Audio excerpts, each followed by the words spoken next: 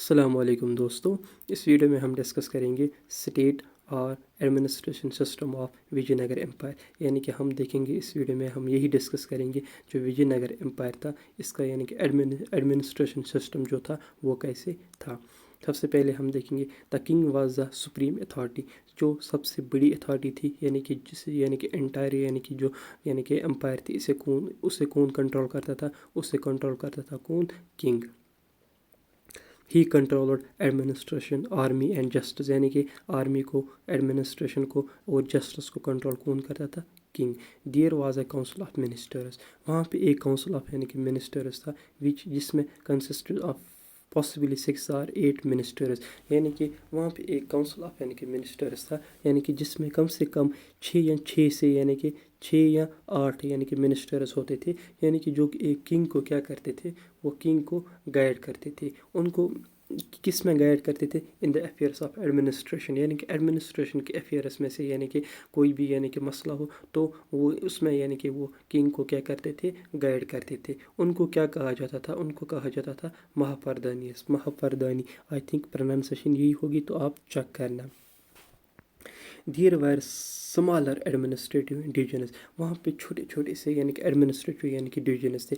Like नदू district को कहा जाता था वहाँ पे। इसी तरह सम्मा एंड सतहला किसको कहा जाता था, सम्मा एंड सतहला यानी कि सब डिस्ट्रिक्ट्स को। जो सबसे लास्ट यूनिट था वो ग्रामा था यानी कि विलेज।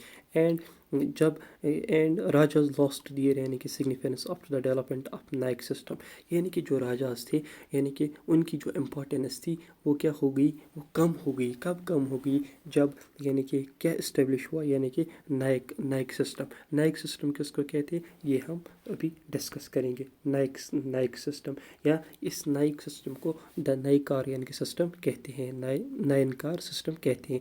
ये क्या था, ये एक यानी कि मिलिट्री कहते हैं, एक मिलिट्री यानी कि चीफ्स थे ये वारी यानी कि गिवन, यानी कि जो मिलिट्री यानी कि चीफ्स, उन्हें क्या चीफ्स कहा जाता था, यानी कि नाइकस, यानी कि इन्हें यानी कि कुछ हिस्सा यानी कि लैंड दिया जाता था। और नाइकस का कंट्रोल किस पे होता है, हक होता था, रेवेन्यू एंड एडमिनिस्ट्रेटिव राइट्स उन पे होते थे। किस पे, उन जो लैंड उनको दिया जाता था उन्हीं पे हक होता था, किनको, नाइकस को। एंड रिक्वायर्ड टू मेंटेन, और ये क्या करते थे, ये नाइकस मेंटेन करते थे एलिफेंट्स को, हार्सेस को और सोल्जर्स को।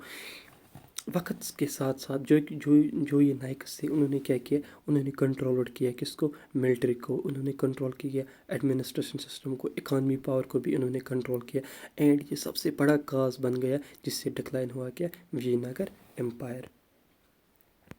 इसके बाद आता है अयनगर सिस्टम किसको कहते हैं, अयनगर सिस्टम कहते हैं विलेज एडमिनिस्ट्रेशन को। विलेज में कैसे चल रहा था ये एडमिनिस्ट्रेशन सिस्टम, जो इसमें यानी कि ये कॉन्स्टिट्यूट करता था। इसमें 12 यानी कि मेंबर ऑफिशियल्स होते थे, यानी कि अयनगार जिनको कहा जाता था। उनका काम क्या था, यानी कि उनका काम यही था मेंटेन करना क्या, यानी कि एडमिनिस्ट्रेशन कहाँ पे, एट विलेज लेवल पे। जो अयनगार्स थे, यानी कि for their service they were and given a piece of land, यानी कि अयनगार्स जो ये सर्विस करते थे, इनके बदले में से इन्हें क्या दिया जाता था, उन्हें लैंड यानी कि दिया जाता था। ये लैंड टैक्स फ्री हुआ करता था।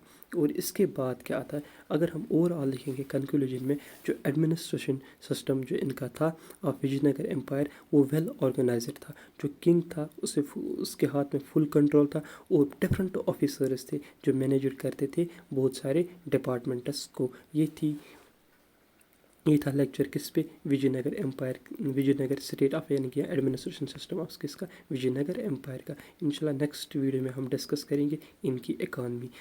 और अगर आपको वीडियो पसंद आया तो ज़रूर शेयर करना अपने दोस्तों के साथ, और लाइक करना, और अगर चैनल पे नए हो तो ज़रूर आप सब्सक्राइब करना। और आप मुझे ये भी कह दीजिए कि आपको किस टॉपिक की सबसे ज़्यादा नीड है, तो इंशाल्लाह मैं आपको वही प्रोवाइड करूँगा। Thank you.